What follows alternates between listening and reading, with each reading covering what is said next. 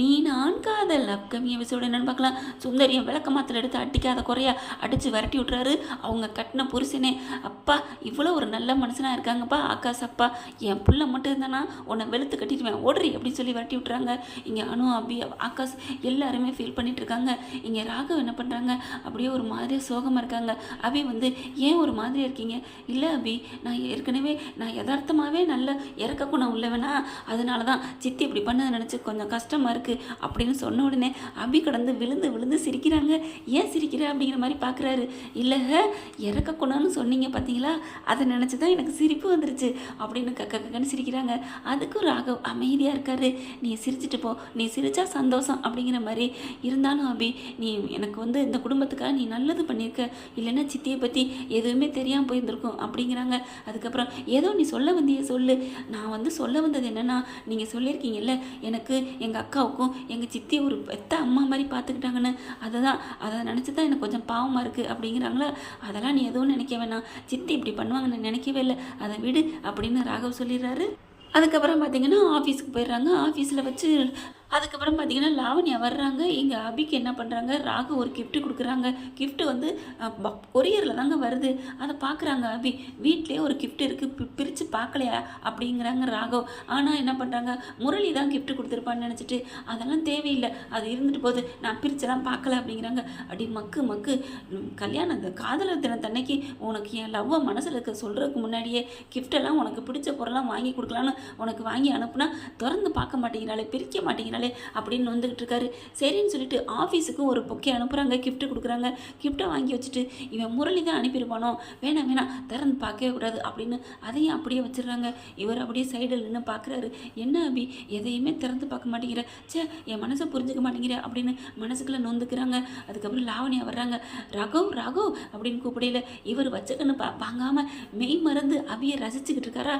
என்ன இவன் இப்படி பண்ணுறானே அப்படின்ட்டு. என்ன லாவண்யா அப்படிங்கல, என்ன மீட்டிங் டைம் ஆச்சு வந்து நின்றுட்டு இருந்தா என்ன அர்த்தம், வா அப்படின்னு சொன்னேன். சரி அப்படின்னு சொல்லிட்டு அங்கே போயிடுறாரா. என்ன அப்படின்னு எட்டி பார்க்குறா. யாரை எதை விரிச்சு பார்த்துட்டு இருக்கானே ராகவ் அப்படின்னு பார்த்தா அபி அங்கே இருக்காங்களா. இவன் அபி இந்த வச்சக்கன்னு வாங்காமல் பார்க்குறான். அப்போ ஒருவேளை அபி மேலே சாஃப்ட் கார்னர் வந்துருச்சா, அபி பக்கம் மனசை சாச்சிட்டானா, அபியை லவ் பண்ண ஆரம்பிச்சிட்டானா அப்படின்னு குழம்பிக்கிட்டு இருக்கு. ஏற்கனவே கல்யாணம் ஆயிடுச்சு, விட்டு தொலைங்கடி, ஏங்கடி இப்படி கல்யாணம் ஆம்பளைக்கு அலைகிறீங்க அப்படின்னு தான் தோணுது. இங்கே ராகவ் என்ன பண்ணுறாங்க, அபியை நினச்சி சொக்கி போகிறாங்க.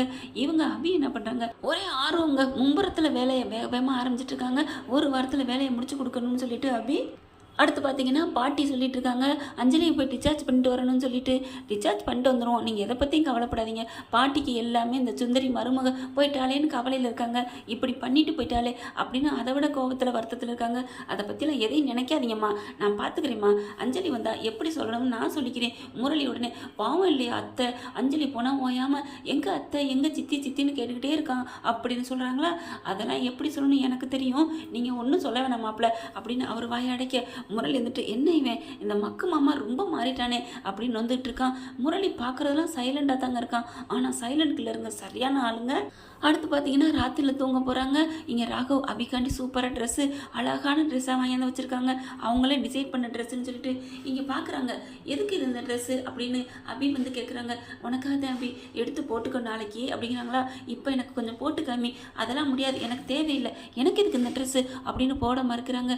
ப்ளீஸ் அபி அப்படின்னு சொல்லிட்டு ரெண்டு பேரும் ஆர்கியூமெண்ட் பண்ணிட்டு இருக்காங்க. அதெல்லாம் முடியாது, எனக்கு தேவையில்லை, நாளைக்கு ஏதாவது சொல்லி காமிக்கிறக்கா அப்படின்னு படுத்துடுறாங்களா. தூங்குறாங்க. தூங்குனதுக்கப்புறம் இவளை எப்படியாவது எழுப்பணுமேட்டு பொக்கே எடுத்து கீழே போட போகிறாங்க. டக்குன்னு முடிச்சிடுறாங்க. அந்த சமயம் பார்த்து என்னை ஆளை போட்டு தாக்கலான்னு பார்க்குறீங்களா. ஐயோ அபி அப்படிலாம் இல்லை அப்படிங்கிறாங்க. இங்கே பாருங்கள், நான் சொன்னதான், நான் அதெல்லாம் போட மாட்டேன் அப்படிங்கிறாங்க. எதுக்குப்பா, நான் டைவர்ஸ் ஆகி பிரிஞ்சு போயிடுவேன் இன்னும் 4-5 மாதத்தில், அதுக்கப்புறம் அது தேவையா என்ன, ஐயோ எதுக்கு எடுத்தாலும் இதை பற்றியே பேசுகிறாளே அப்படின்னு வந்துக்கிட்டு இருக்காரு. அப்படி பார்க்குறாங்க. உன்னை நான் டைவர்ஸ் ஆகலாம் அனுப்ப மாட்டேன் அபி, உன்னை நான் என் கூட தான் வச்சுப்பேன், ஆனால் நான் உன்னை காதலர் தன்னைக்கு எல்லாத்தையும் என் மனசில் இதெல்லாம் சொல்லலாம்னு ஆசைப்பட்றேன், ஆனால் புரிஞ்சுக்க மாட்டேங்கிறாளே, சர்ப்ரைஸ் கொடுக்கலான்னா இப்படி பண்ணுறாளே. டே சர்ப்ரைஸ்ன்னு சொல்லிட்டு இன்றைக்கி ஒருத்தன் பாரு சகதியில் விழுந்து கிடக்குறான், அப்படியே தன்னை மறந்து நொந்துக்கிட்டு இருக்கான். அதே மாதிரி நீனும் ஆயிராதடா, உன் லவ்வை சீக்கிரம் உடனே சொல்கிறா. அதை எப்படிங்க சண்டைனா மட்டும் உடனே சண்டை போடுறாங்க, சமாதானம் ஆகி அப்படியே ஒரு சாந்தமாகறதுக்கு மட்டும் அப்படியே தள்ளி போகிறாங்களே ஏன்னு தெரியல. அடுத்த மறுநாள் என்ன பண்ணுறாங்க, ராகவ் எந்திரிக்கிறாங்க. அதுக்குள்ளே அபி பார்த்தீங்கன்னா சூப்பராக குளிச்சுட்டு அந்த ட்ரெஸ்ஸை போட்டு வந்து காமிக்கிறாங்க. பாவம் ராக்கி பாய் ஆசைப்பட்டாரு, அவருக்கு போட்டு காமிப்போம், இதில் என்ன இருக்குது அப்படின்னு சொல்லி போட்டுட்டு வராங்க. வாவ் செம வேறு லெவல் அப்படின்னு கண்ணை முழிச்சிட்டு பார்க்குறாரு. என்ன அபி இவ்வளோ அழகாக இருக்குது அப்படிங்கல. எனக்கு ஒன்றும் பிடிச்சிக்கவே இல்லை, இது நல்லாவா இருக்குது, என்ன அபி இப்படிலாம் சொல்லிட்டா, வேறு லெவல் அப்படி இந்த ட்ரெஸ் அழகா நீ அழகா அப்படிங்கல. என்னது ட்ரெஸ்ஸு தான் அழகா, நான் அழகுலே, ஐயோ நீனு தாம்மா அழகு, கண்ணாடி முன்னாடி வந்து பாரு அப்படின்னு டக்குன்னு கையை பிடிச்சி இழுத்துட்டு போகிறாங்களா. அப்படியே கையை தொட்டு அவர் அபி தொடுற இடத்த அப்படி தொட்டு பார்க்குறாங்க. மெய் மறக்கிறாங்க, தன்னையே மறக்கிறாங்க. ராகவ் தன்னை தொட அப்படியே ராகவே நிமிந்து பார்க்குறாங்க. அப்படி என்ன ஆச்சு அபி, ஒன்றும் இல்லை அப்படிங்கிறாங்களா. அப்படி வா நீ கண்ணாடி முன்னாடி நின்று பாரு அப்படின்னு கண்ணாடி முன்னாடி போய் நிற்கிறாங்களா.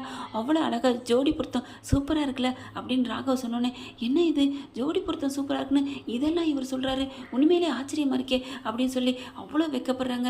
அப்படி பார்க்குறாங்க. அபி இந்த ட்ரெஸ்ஸில் நீ எவ்வளோ அழகாக இருக்க தெரியுமா, உன்னை ரொம்ப பிடிச்சிருக்கு, சூப்பராக இருக்கு அபி அப்படிங்கிறாங்க. ஐ லவ் யூ அபி அப்படின்னு சொன்னோன்னே, என்னது புதுசாக ஐ லவ் யூலாம் சொல்கிறீங்க, இல்லை இன்றைக்கி காதலர் தினம் இல்லையா, சொன்னால் காதலி ஏற்றுக்கணும் அப்படிங்கிறதுனால தான் இந்த தினத்தில் யாருமே காதலை சொல்கிறாங்க, அதனால தான் நான் இதே நாளில் உங்கள்கிட்ட காதலை சொல்கிறேன் அபி. இந்த ட்ரெஸ்ஸுக்கும் இந்த உன்னோட அழகுக்கும் ஈடு இணையே எதுவும் இல்லைன்னு சொல்லலாம். I love you Abhi, I love you Abhi அப்படின்னு கட்டி பிடிச்சிட்டு அப்படியே ஒரு பூ எடுத்து கொடுக்குறாங்களா. அபியும் அப்படியே நானும் உங்களை எவ்வளோ லவ் பண்ணுறேன் தெரியுமா அப்படின்னு சொல்லி இறுக்கி கட்டி பிடிச்சிக்கிறாங்க. கையை எடுத்து அப்படியே முத்தம் கொடுக்குறாங்க. அவியோட கையையும் எடுத்து இவர் முத்தம் கொடுக்க, ரெண்டு பேருமே கைகளால் அழகாக முத்தம் கொடுத்து பரிமாறிக்கிறாங்க. I love you Abhi, I love you Abhi அப்படி சொல்லி அப்படி கண்ணாடி முன்னாடி நின்றுக்கிட்டே சொல்லிக்கிட்டு இருக்காங்களா. அழகாக குளிச்சுட்டு நீட்டாக வெளியில் வராங்க அபி. ஹலோ ராகவ், ராக்கி பாய், என்ன இது யாருக்கு ஐ லவ் சொல்லிட்டு இருக்கீங்க, நம்ம பண்ணது கற்பனையா, ஐயோ அப்படின்னு நினைக்கிறாங்க. இல்லை அபி அது வந்து சொல்லுங்க அப்படிங்கல. அப்படியே இவர் அதை விட மெய் மறக்கிறாங்க. அபி அந்த ட்ரெஸ்ஸோட வரவும், என்னமோ ட்ரெஸ்ஸை போட மாட்டேன்னு சொன்னேன், இவ்வளோ அழகாக போட்டு வந்து நிற்கிற, சூப்பராக இருக்குது அபி அப்படிங்கிறாங்களா. நான் போட்ட வந்து நிறது உங்களுக்கு பிடிக்கலையா, ஐயோ எனக்கு ரொம்ப பிடிச்சிருக்கு, ஐயோ சூப்பர் அப்படிங்கல. போனால் போயிட்டு போதுன்னு போட்டுக்கிட்டு வந்தேன், பாவம் போட சொல்லி கெஞ்சினாரே ஒரு மனுஷன் அப்படிங்கிறாங்களா. அழகாக இருக்கா, ஐயோ சூப்பர் அபி சூப்பர் அப்படிங்கிறாங்க. சரி இப்போ கண்ணாடி முன்னாடி நின்றுட்டு யாருக்கோ ஐ லவ் யூ சொல்லிட்டு இருந்தீங்களே, யாருக்கு அப்படிங்கல. உனக்கு தான், எனக்கா, இல்லை உன்கிட்ட சொல்லி பார்த்தேன் நல்லா இருக்குமா அப்படின்னு சொல்லிட்டு, காதலர் திறந்த அன்னைக்கு எல்லாரும் ஐ லவ் யூ சொல்கிறாங்க இல்லையா, அது மாதிரி சொல்லி பார்த்தேன் அப்படின்னு மக்கு மடைய அப்படியே மலுப்புறாரு. அதுக்கப்புறம் நான் கூட ஏன்ட்டதே சொல்லிட்டீங்களோன்னு நினச்சி சந்தோஷப்பட்டுக்கிட்டேன் அப்படின்னு மனசில் நினச்சிக்கிறாங்க. அதுக்கப்புறம் என்ன அபி ஒன்றும் இல்லையே அப்படிங்கிறாங்க. உனக்கு இங்கே வச்சு நான் காதலை சொல்ல மாட்டேன், தனிமையான இடம், நீ ஆசைப்பட்ட மாதிரி வேறு லெவலுக்கு வேறு இடத்துக்கு கொண்டே வச்சு உனக்கு என் மனசில் இருக்க காதலை சொல்லுவேன் அபி அப்படின்னு சொல்லிட்டு, வா நம்ம ஒரு இடத்துக்கு போவோம் அப்படின்னு கூட்டிகிட்டு இறங்குறாங்க. அதை பார்த்துட்டு முரளி செம்ம காண்டாகிறான். எங்கே போகிறீங்க, சாப்பிட்லையா அப்படின்னு கூப்பிட்றாங்க. இல்லை பாட்டி வேறு இடத்துக்கு முக்கியமான இடத்துக்கு போகிறோம் அப்படின்னு சொல்லிட்டு கிளம்புறாங்க. அதை பார்த்துட்டு ட்ரெஸ்ஸையும் இவன் கூட்டிகிட்டு போகிற ஆள் அப்படியே ஒரு ஸ்டைலையும் பார்த்துட்டு முரளி செம்ம காண்டாகிறான். ஐயோ என்ன ஆகுதுன்னு தெரியலையே, இவங்க ரெண்டு பேரும் எங்கே போகிறாங்க, ஆளை வச்சு ஃபாலோ பண்ணலாமா அப்படின்னு செம்ம முடிவு எடுக்கிறான் என் முரளி. ஓகே ஃப்ரெண்ட்ஸ், பார்க்கலாம், இப்படி தான் போகலாம், எப்படி இருக்குது நடக்குதுன்னு பொறுத்திருந்து பார்க்கலாம். இந்த பதிவு உங்களுக்கு பிடிச்சிருந்துச்சுன்னா உங்கள் பொண்ணான கையில் லைக்கை போட்டு சப்ஸ்கிரைப் பண்ணிடுங்க. Thank you friends.